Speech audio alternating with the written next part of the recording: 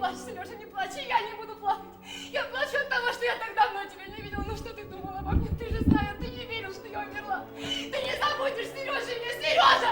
Любви папа любил лучше, он добрее меня. И я перед ним виновата, но ты вырастешь, ты рассудишь.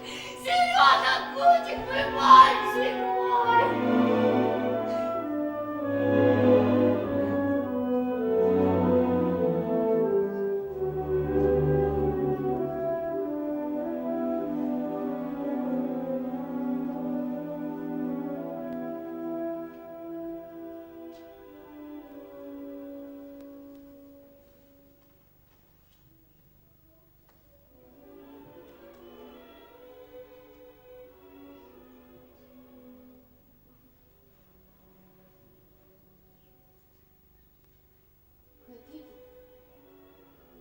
Я покажу фотографию моего Сережи.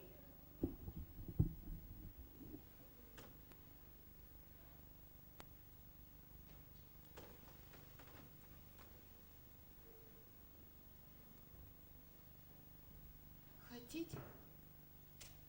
Я покажу фотографию моего Сережи. Она у меня есть в альбоме. Я любуюсь белокурыми кудрями, голубыми глазами, полными ножками в туго обтянутых белых чулках.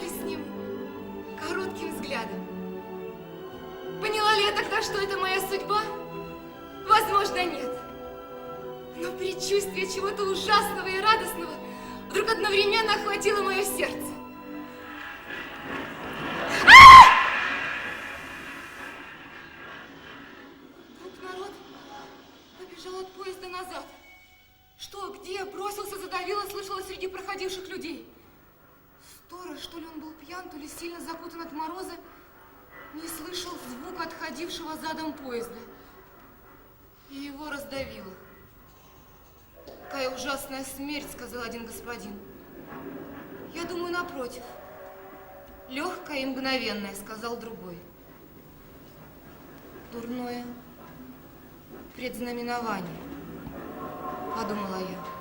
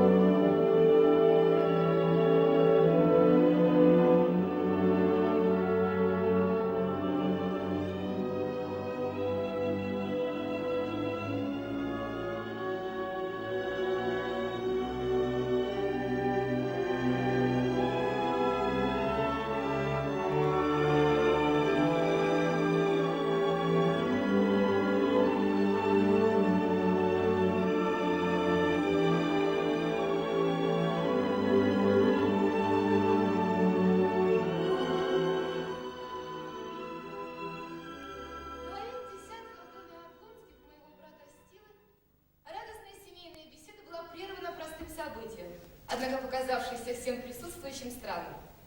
Разговор зашел об общих петербургских знакомых, и я хотела показать альбом с фотографиями, а заодно и моего Сережи. Когда я выходила из гостиной, в передних послышался звонок. Я поравнялась с лестницей, слуга сбегал наверх, чтобы посмотреть, кто пришел. Я взглянула вниз и тотчас увидела Вронского.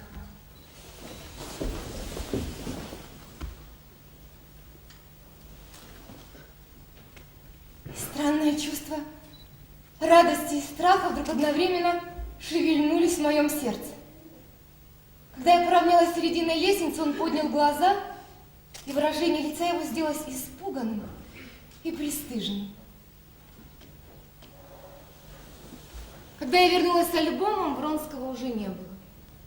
Стив рассказал, что он заезжал узнать об обеде, который не давали в честь приезжей знаменитости. Он решительно не хотел войти. Странный он какой-то, прибавил Стив. Все переглянулись, ничего не сказав, стали смотреть альбом.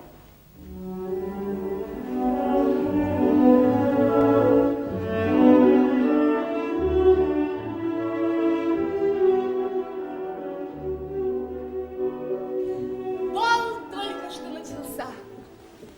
К нашему кружку подошел московский знакомый Корсунский и предложил мне турбальс.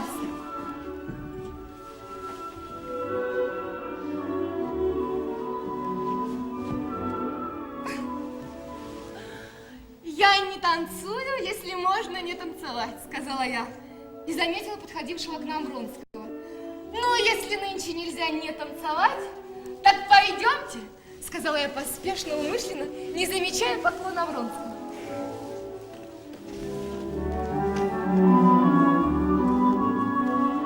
Весь бал Вронский был рядом. Я чувствовала, что состояние счастья и возбуждения охватило меня. Я знала, что это опьянение не от восхищения толпы, а от одного. И этот один — он. Когда он пытался со мной заговорить, то немного сгибал голову, как бы желая пасть передо мной. И во взгляде его было одно выражение — покорности и страха. Я улыбалась, и улыбка передавалась ему. Я задумывалась, и он становился серьезен. Мы чувствовали себя наедине в этой полной зале. И предчувствие чего-то ужасного и жестокого, радостного и пьянящего вдруг одновременно охватило меня.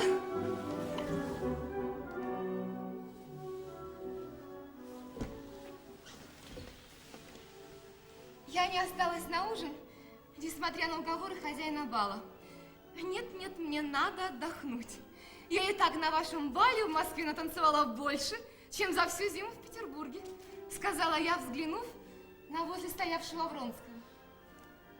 Вы решительно едете завтра, сказал он. Да, я думаю. На следующий день я отправила мужу телеграмму из Москвы о своем выезде в тот же день. Мне надо ехать лучше нынче.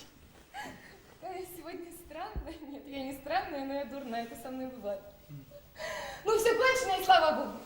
Слава Богу, завтра увижу Сережу Алексея Александровича, и пойдет моя жизнь хорошая, привычная, по-старому.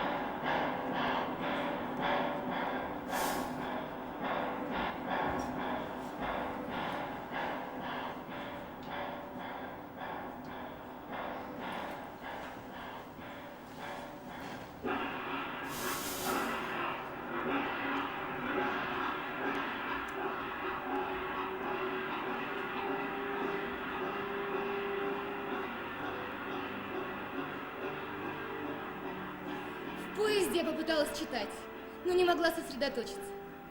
Отложив книгу, я предалась своим воспоминаниям. Все они были хорошие, приятные. Вспомнила бал, вспомнила Вронского, вспомнила его влюбленное и покорное лицо. Ничего не было стыдно. Но что это значит? Неужели я боюсь прямо посмотреть на это? Неужели между мной и этим офицером-мальчиком существуют или могут существовать какие-то другие отношения?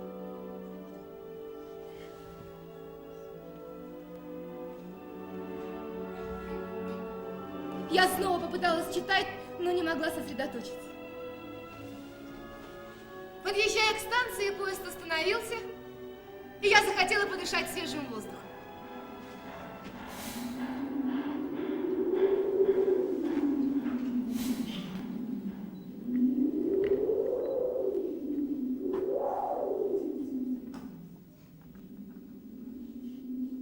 На перроне рвалась и свистела метель. Я с наслаждением вдыхала этот свежий морозный воздух. Я вдохнула еще раз, чтобы надышаться, и уже была взялась за поручень, чтобы войти в тамбур вагона, как вдруг еще человек в военном пальто остановился, заслонив колеблющийся свет фонаря. В ту же минуту я узнала лицо Вронского. Приложив руку к козырьку, он наклонился и спросил меня, не нужно ли мне чего-нибудь. Я долго вглядывалась в его лицо, ничего не отвечала. Я видела на лице его одно выражение покорности и страха, которое так поразило меня вчера. Хотя я себе говорила, что Вронский для меня один из сотен повсюду встречаемых молодых людей, любивших приволокнуться, что я никогда не позволю себе думать о нем. В первую минуту нашей встречи с ним меня вдруг охватило чувство радостной гордости. Мне не нужно было спрашивать, зачем он тут, я знала ответ. Я не знала, что вы едете, зачем вы едете. Зачем я еду, спросил он. Вы знаете, я еду для того, чтобы быть там, где вы. Весь ужас метели показался мне еще более прекрасен. Он сказал то, что желала душа моя, то, что я так боялась рассудком. Забудьте все то, что вы сказали, как и я забуду. Ни одного слова вашего, ни одного движения. Довольно! Довольно!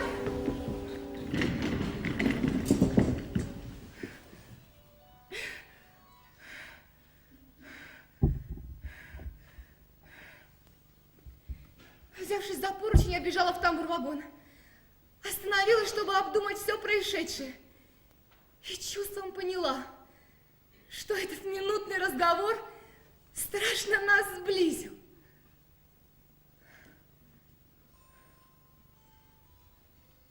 К утру я задремала. А когда проснулась, то уже было бело, светло, и поезд подходил к Петербургу. Тотчас же мысли о доме, о сыне, о муже и заботы наступающих дней и следующих обступили меня.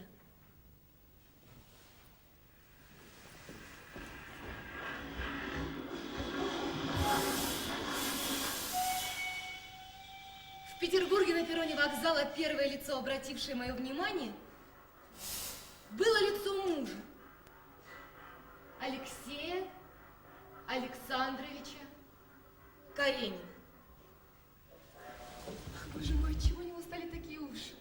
Особенно поразили меня клещи ушей, подпиравшие поля круглой шляпы.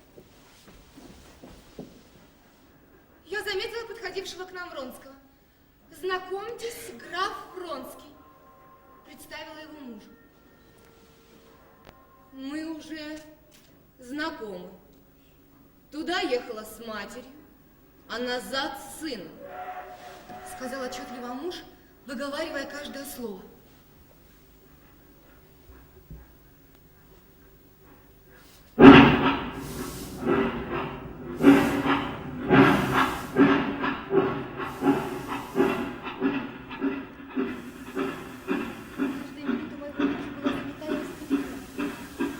Даже в день моего приезда он не отошел от своего расписания.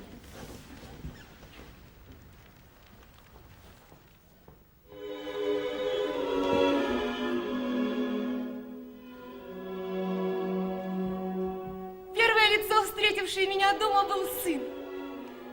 Он сбежал ко мне по лестнице, несмотря на крик гувернантки, и с отчаянным восторгом кричал: «Мама, мама!» Добежав до меня, он повис у меня на шее.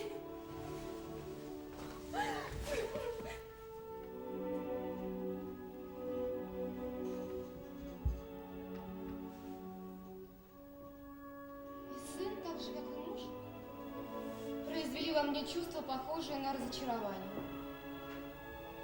Я воображала его лучше, чем он был в действительности. В половине 10-го вернулся Алексей Александрович. Я подробным образом пересказала ему свое московское путешествие и все московские новости.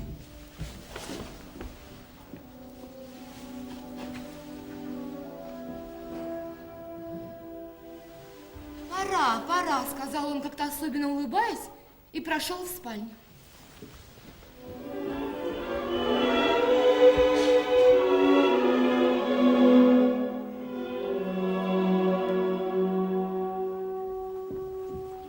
Я тоже разделась и прошла в спальню.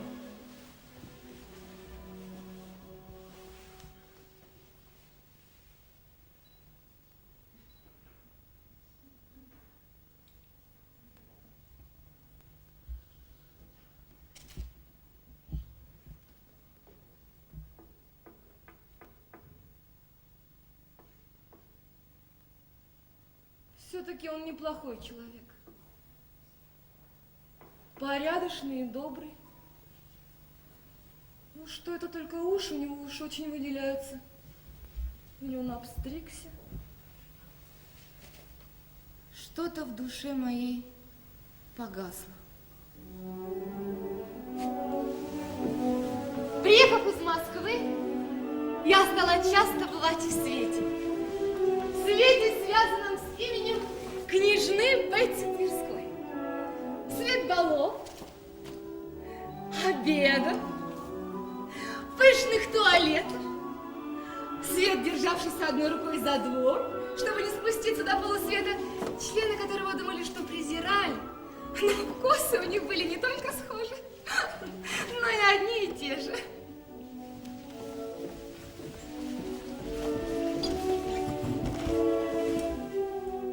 Только там я часто могла встретить Вронского, состоявшего с княжной в близком родстве. Вронский был везде, где только мог видеть меня, и говорил о своей любви везде, где только мог. Первое время я была недовольна им за его преследование, но вскоре поняла, что ошибалась, что это преследование не только не неприятно мне, а составляет интерес моей жизни. После бала, отказавшись с мужем ехать домой, и оставшись ужинать с Вронским, Алексей Александрович пытался со мной поговорить. Ты не в постели, Алексей Александрович? Вот чудо. Пора.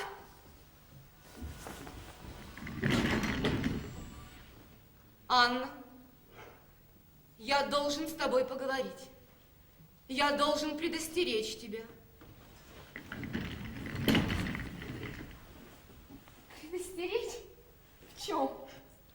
Ах, не трещи, пожалуйста, так пальцами, я не люблю. Ну что это такое? Ну что тебе от меня надо? Анна, не говори так. Может быть, я ошибаюсь, но поверь, что то, что я говорю столько же за себя, сколько и за тебя. Я муж твой и люблю тебя.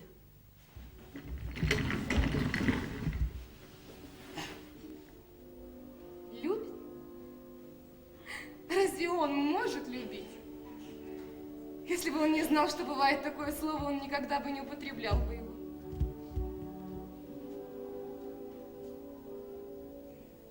Разве он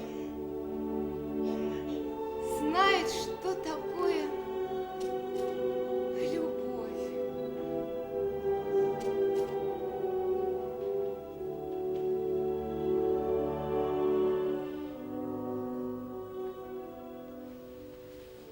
Когда я вошла в спальню, Алексей Александрович лежал на своей кровати. Губы его были строго сжаты, глаза не смотрели в мою сторону. Я тоже разделась и легла на свою постель и ждала каждую минуту, что он еще раз заговорит со мной. Но он молчал. Я не боялась того, что он заговорит, я хотела этого, но он молчал. Я долго лежала неподвижно и уже забыла о нем. Я вспомнила Вронского. Я видела его и чувствовала, что при этой мысли мое сердце наполняется волнением и преступной радостью. С этого дня для нас началась новая жизнь.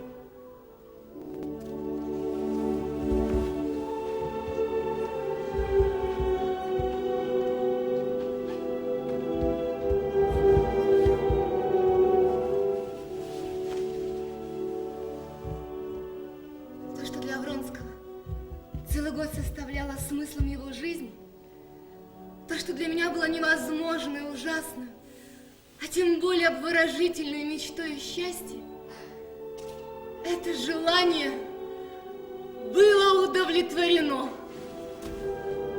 Вронский стоял надо мной и пытался меня успокоить. Не зная, в чем и чем она, говорил он. Но чем больше он говорил, тем я ниже опускала свою когда-то гордую и веселую, а теперь же постыдную голову. Я бы упала с дивана к его ногам, если бы он не держал меня. Я чувствовала физически свое унижение и ничего не говорила. Он покрывал поцелуями мое лицо и тело. Я держала его руку и не отпускала. Вот она, его рука. Рука моего любовника. И она всегда будет моей. Я подняла эту руку и поцеловала ее.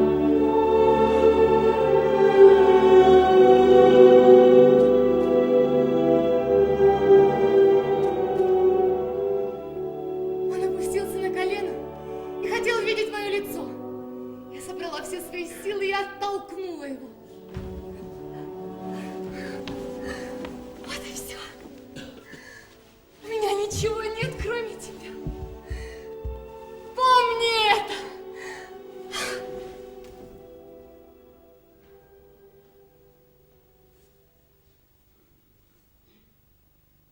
Но каждый раз, когда ко мне приходила мысль о том, что я сделала, и что со мной будет, и что я должна сделать еще, находил на меня ужас, и я отгоняла его.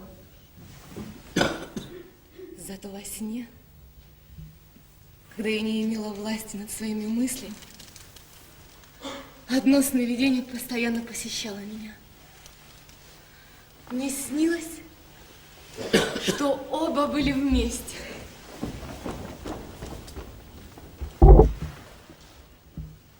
Каренин и муж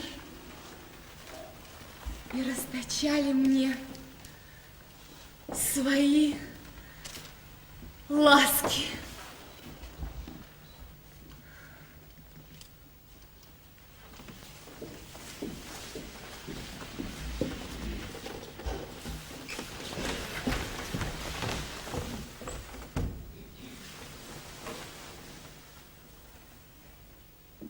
Когда бы в какую минуту не спросили меня, о чем я думаю, я без ошибки могу ответить о своем счастье и о своем несчастье. Сказать или не сказать ему? Он так занят и счастлив своими скачками, да я не прощу ему, если он не поймет всего значения этого. Анна, ради Бога, скажите, что вас томит?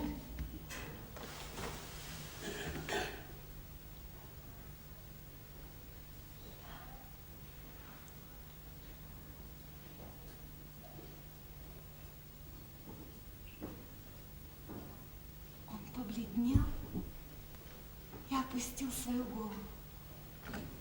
Да, он понял все значение этого события.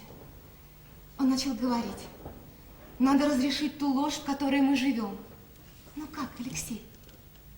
Оставить мужа и соединить нашу жизнь. Ну как, Алексей? Научи меня. Разве есть выход из этого положения? Из каждого положения есть выход. Я же вижу, как ты мучаешься всем. И Светом, и сыном, и мужем. только не мужу. Я не знаю. Я не думаю о нем. Его нет. Но все-таки я настаиваю, чтобы все рассказать Каренину. А уж потом будем руководствоваться тем, что он предпримет. Что же, бежать? А от чего же не бежать? Да и не вижу выхода из этого положения. Да. Бежать. И сделаться вашей любовницей. Да. Сделаться вашей любовницей и погубить все. Я прошу тебя. Я умоляю. Никогда не говори со мной об этом. Никогда. Всю низость и весь ужас своего положения я знаю. Ну разве я несчастлива? Я как голодный человек, которому дали есть. Вот мое счастье!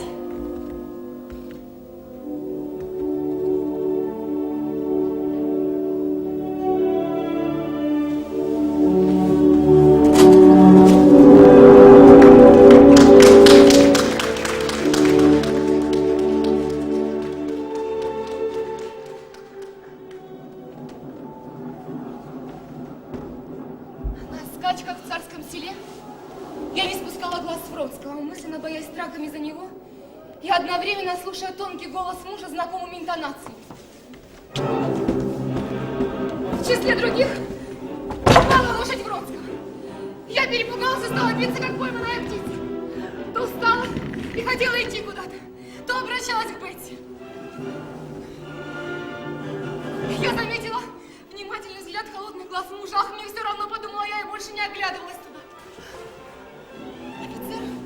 Офицер принес известие, что Вронский не убился, а лошадь сломала спину. Я не могла больше сдерживать своих рыданий. Во мне билась только одна мысль. Убился или нет? Увижу его нынче или нет? Увижу ли, придет ли он нынче? Алексей Александрович предложил мне ехать с ним. Я лишь только отстранилась и сказала: ах, нет, нет, оставьте, я остаюсь. Но я настаиваю, чтобы вы ехали со мной.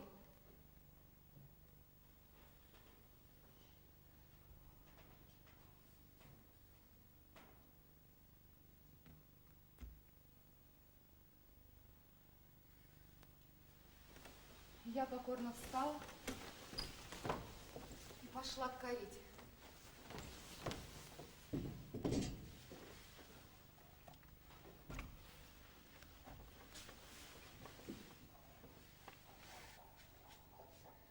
По дороге в Петербург Алексей Александрович начал упрекать меня. Вы некрасиво вели себя сегодня нынче. Может быть, я ошибаюсь? Тогда прошу извинить меня. Я ужасная женщина.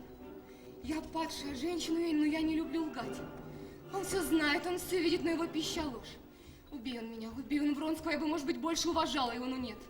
Ему нужно только приличие и ложь. Вы не можете ошибаться. Я не могу не быть в отчаянии. Я слушаю вас и думаю о нем. Я люблю его. Я его любовница, я не переживу, я боюсь, я ненавижу вас. Делайте со мной что хотите.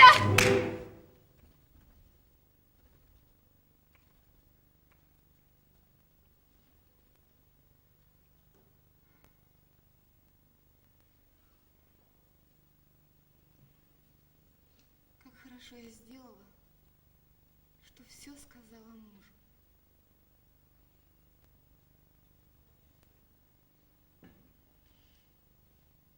Ах, как светло. Это страшно, но я люблю видеть лицо Вронского. Люблю этот фантастический свет. Муж. Ах да. Ну и слава Богу, что с ним все кончено.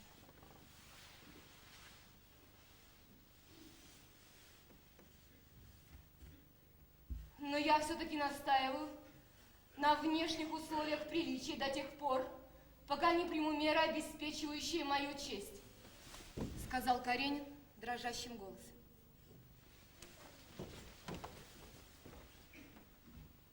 Припадки ревности все чаще и чаще стали находить на меня. Я чувствовала, что моя ревность служит к охлаждению Вронского.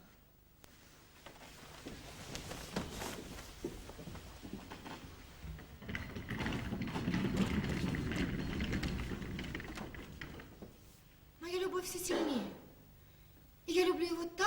любить женщину, для которой любовь перевесила все блага жизни. А он гораздо дальше от счастья, чем тогда, когда приехал за мной из Москвы.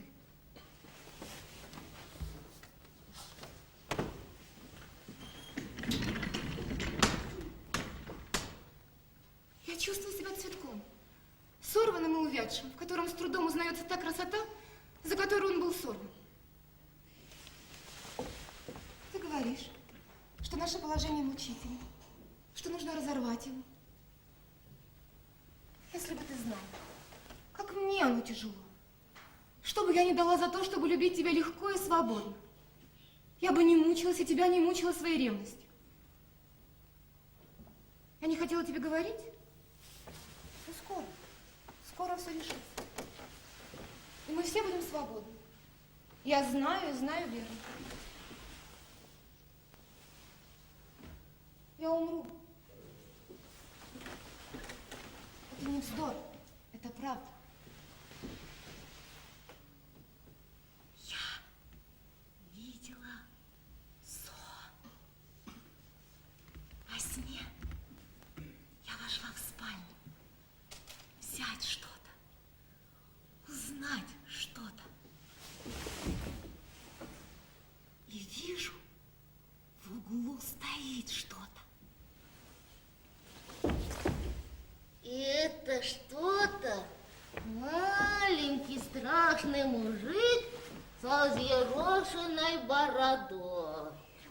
Он наклонился над мешком и руками копошится там что-то и приговаривает. По-французски, знаешь, скоро-скоро.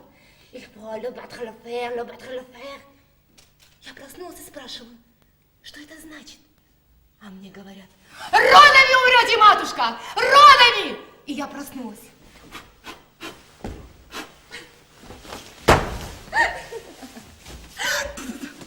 Какая странная судьба, не правда ли, что у Алексея? Я бы забыла, он простил. Он добр, он сам не знает, как он добр. Так, дайте мне воды. Ах, это ей, девочки мои, будет тяжело, ну хорошо, ну дайте ей кормилицу. Да даже лучше он придет, ему больно будет видеть ее. Там-тарам. Вы от того говорите, что не придет, что вы не знаете его? Там-тарам. Одна я знаю, там не страшно стало. Его глаза. Надо знать, у Сережи точно такие глаза, я их видеть не могу, знаете.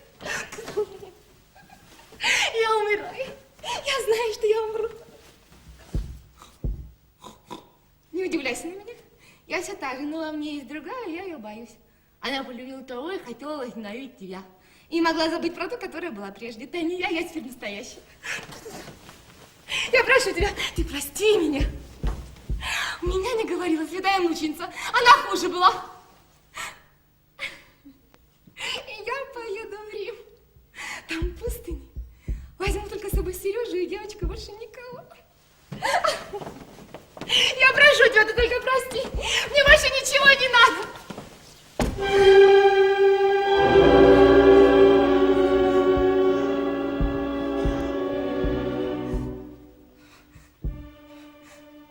Доктор, дайте морфин. Боже мой, доктор, дайте морфин. Я умираю.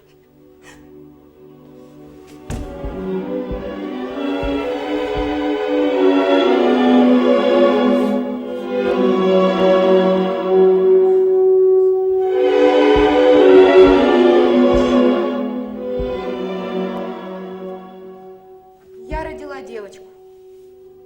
Это был ребенок Вронского. Доктора сказали, что у меня была родовая горячка, что из 100 случаев 99 заканчиваются смертью.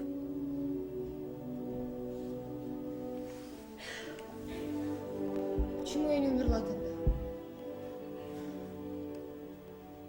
После моего раскаяния Алексей Александрович простил меня, Вронского, а к девочке проникся странной нежностью. А чего мне не позволили кормить ребенка, когда я просила об этом? Я умоляла, а мне не позволили. А теперь меня же упрекают. Извини, Алексей Александрович, я справедлива, я раздражена. Ну уйди! Женщины говорят, что любят людей за их пороки. А я ненавижу тебя за его добродетель. Я не могу жить со своим мужем. И он ведь физически действует на меня, я выхожу из себя. Я думала, что я несчастлива. И что не буду уже несчастной, но того состояния, в котором я нахожусь сейчас, я не могла себе представить. Я знаю, он хороший, он добрый человек, что я ногти его не стою. Но я ненавижу его за его великодушие. Я не знаю, что это мне делать. Я погибла. Я погибла. Я хуже, чем погибла. Я еще не погибла, я еще не знаю, что все не кончено. И кончится страшно. Я как струна натянутая, которая вот-вот должна лопнуть. Я чувствую, что лечу головой вниз и не должна спасаться. И не могу. Я хочу только, чтобы кончилось все. Я ничего не желаю. Я хочу, чтобы только кончилось все. Фу!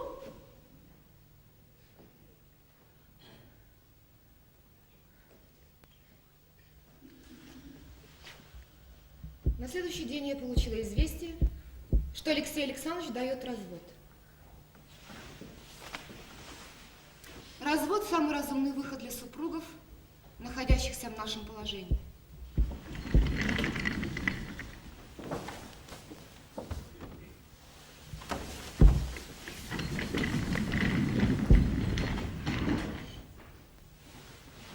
Через месяц Алексей Александрович остался с Сережей один на квартире, а я с Вронским уехала за границу, не получив развода и решительно отказавшись от него.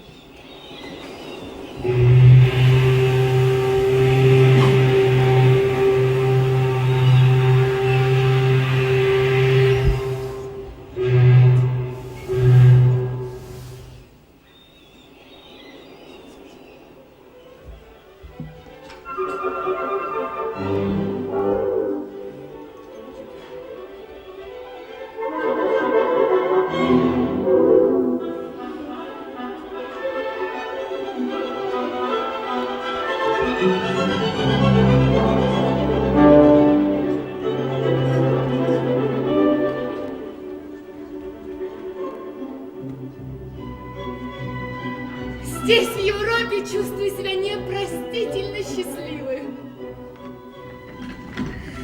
Все происшедшее, разрыв с Карениным, роды, болезнь, прощание с сыном мне теперь кажется горячечным сном.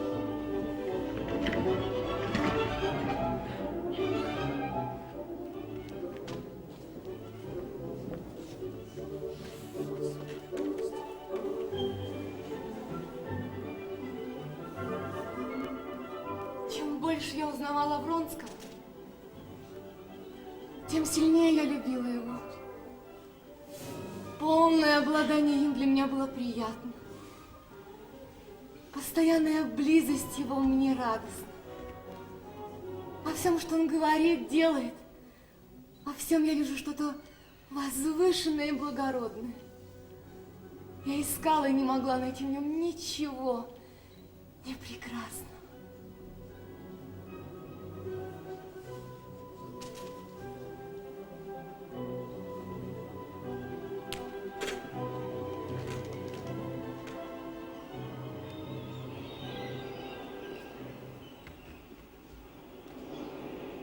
Вскоре итальянский город нам наскучил.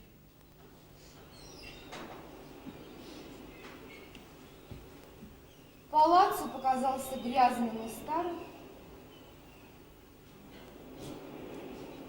Живопись и разговоры о ней наскучили. Решено. Возвращаемся в Россию. Нестерпимо хочется видеть Сережу.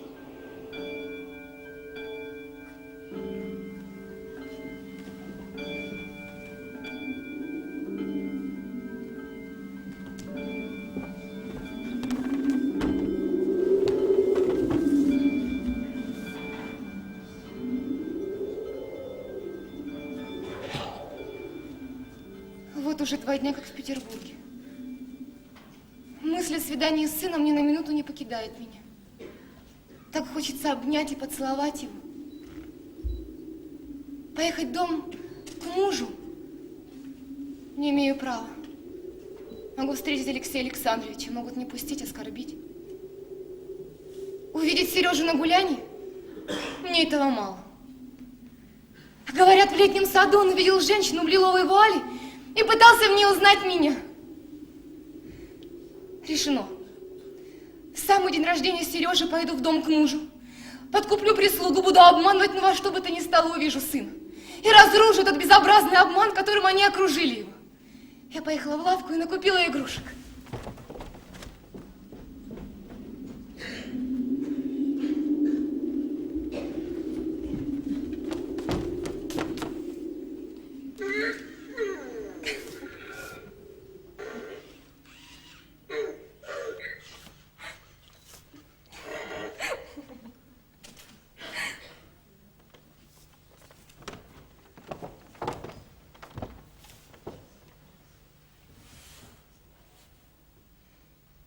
Сережа. Сережа, мальчик мой милый. Это я, твоя мама. Нынче твое рождение, ты же знал, что я приду. Ну не плачь, Сережа, не плачь. И я не буду плакать. Я плачу от того, что я так давно тебя не видел. Что же ты думал обо мне? Я знаю, ты никогда не верил. Сережа, ты не забудешь меня. Люби своего папу. Он лучше, он добрее, я перед ним виноват. Когда ты вырастешь, ты рассудишь. Душечка, мальчик мой милый.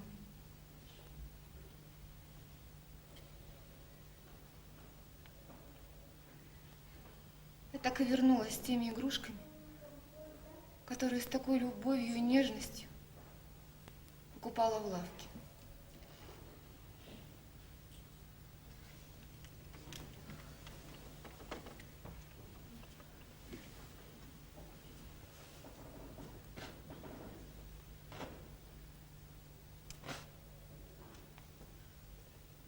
Вот и все.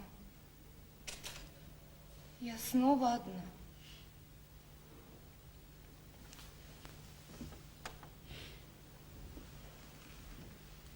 Поеду ли я в театр? Знаю ли я, что мне нельзя туда ехать в таком наряде? С княжной появиться в театре означало бы не только признать положение павшей женщины, но и бросить вызов свету, то есть навсегда отречься от него. Да я и не хочу знать. Раскаиваюсь ли я в том, что я сделала? Нет, нет и нет. И если бы опять тоже, то опять тоже. Для меня, для вас важно одно. Любим ли мы друг друга? Других соображений нет. Почему мы здесь живем, врозь не видимся? Я люблю вас. И мне все равно, лишь бы ты не изменился.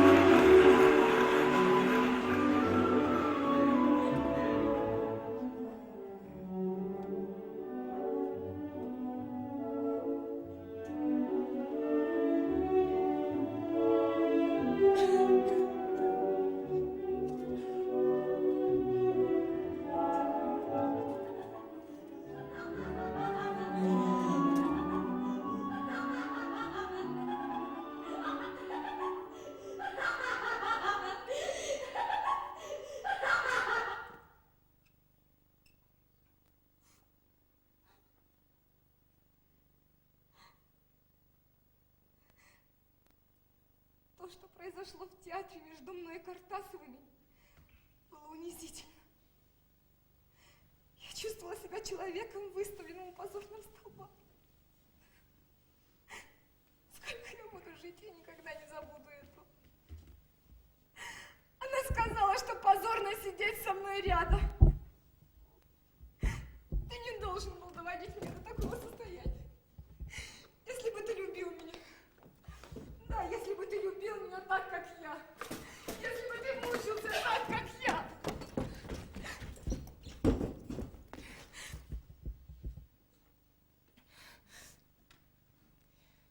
Я не ревную Вронского какой-нибудь женщине. Я ревную его к уменьшению его любви ко мне. Однажды он сказал, что его мать совершенно не знает его и без его ведома хочет женить на княжне Сорокиной. Ни одного дня еще не проходила в ссоре с Вронским. Нынче было в первый раз. Собственно говоря, это была не ссора. Очевидное признание в охлаждении Вронского ко мне. Я мысленно говорила за него. Если вы хотите идти, идите. Вы, вероятно, не хотите разводиться, потому что вы хотите вернуться к мужу, вернитесь. Вам нужны деньги, сколько вам дать. Я вам дам. Все самые жестокие слова, которые он мог мне сказать, он сказал мне в моем воображении. И я не прощала их ему, даже если он действительно их не говорил. Я хочу любви, а ее нет. Стало быть, надо кончать. Ну как?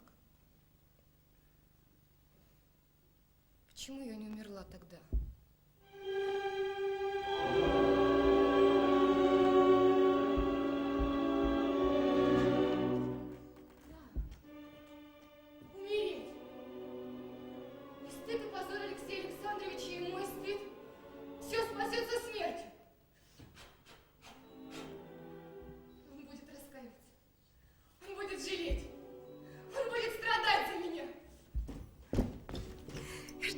День и вечер загадал. Если он вернется, значит, он еще любит. Если же нет, я знаю, что мне делать.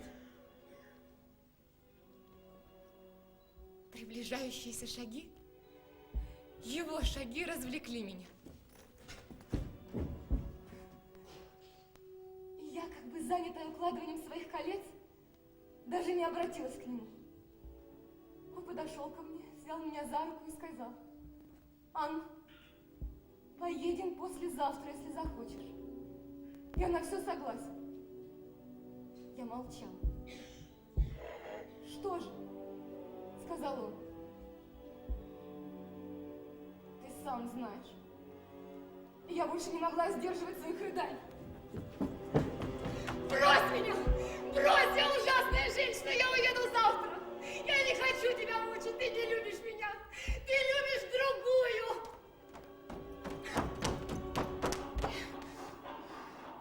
Уехал? Кончено. Но я могу еще написать записку. Вернись. Я виновата, нам надо поговорить. Так. 15 минут туда, 15 минут обратно. Он приедет сейчас. Он уже едет. Но как же он мог уехать, не проститься со мной? Как он мог жить так?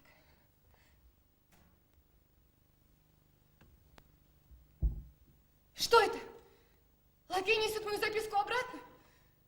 Но я могу еще телеграфировать.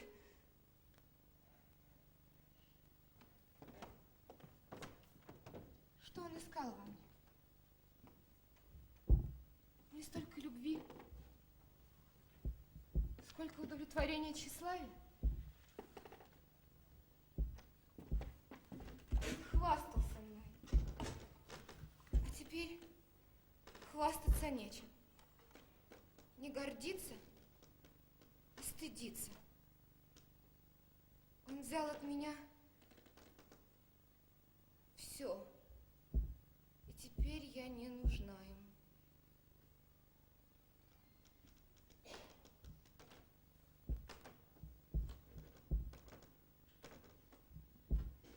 Моя любовь делается все страстнее и себелюбивее. А его все гаснет и гаснет. И вот от чего мы расходимся. Мы именно шли навстречу до связи. А теперь неудержимо расходимся в разные стороны. Изменить этого нельзя. Он Он говорит мне, что я бессмысленно ревнива. Но я не ревнива. Я недовольна. Если бы я могла быть хоть чем-нибудь, кроме любовницы, страстно любящей одни его ласки. Но я не могу. И не хочу быть никем другим.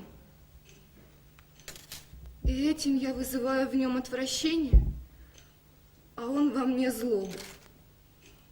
Он уже давно не любит меня.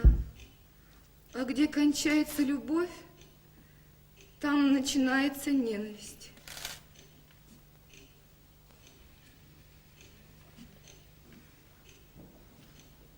Мы жизнью расходимся. Я делаю его несчастье, он мое, и изменить ни его, ни меня нельзя.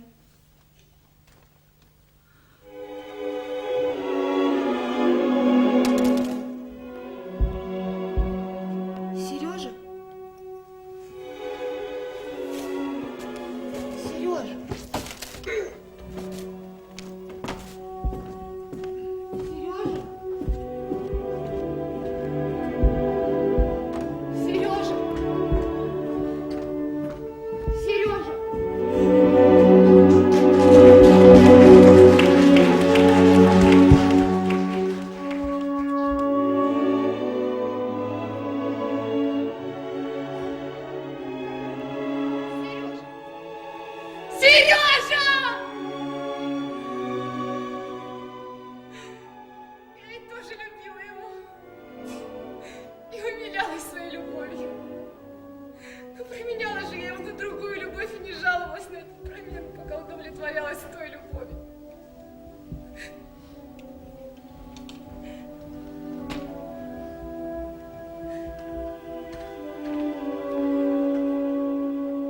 Забыла, куда и зачем я еду.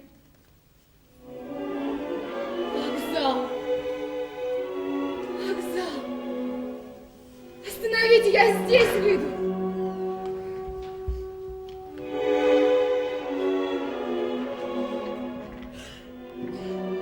На бульваре 3 мальчика играют в лошадки.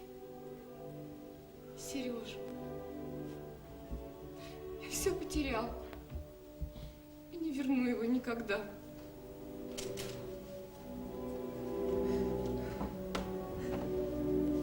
Зачем эти люди говорят? Зачем они смеются? Все неправда. Все ложь. Все зло, все обман. Вспомнив о раздавленном человеке первый день встречи с Вронским, я поняла, что мне надо делать. Туда, на самую середину. Я накажу его и избавлю всех из себя.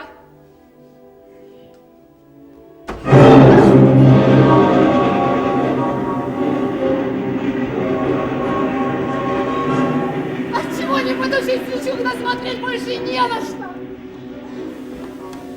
Когда гадко смотреть на все это! Господи, где я? Что я делаю, Господи? Господи! Господи, прости меня!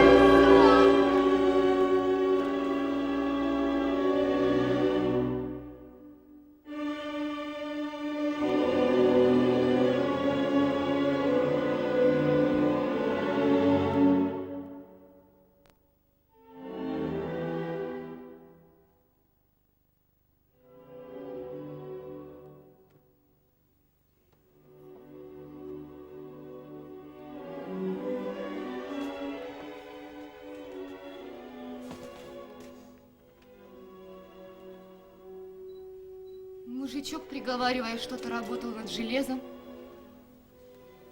И свеча, при которой начитала исполненную обманов, и зла книгу вспыхнула когда-либо ярким светом, осветила ей все то, что было во мраке, затрещала, стала меркнуть и навсегда потухла.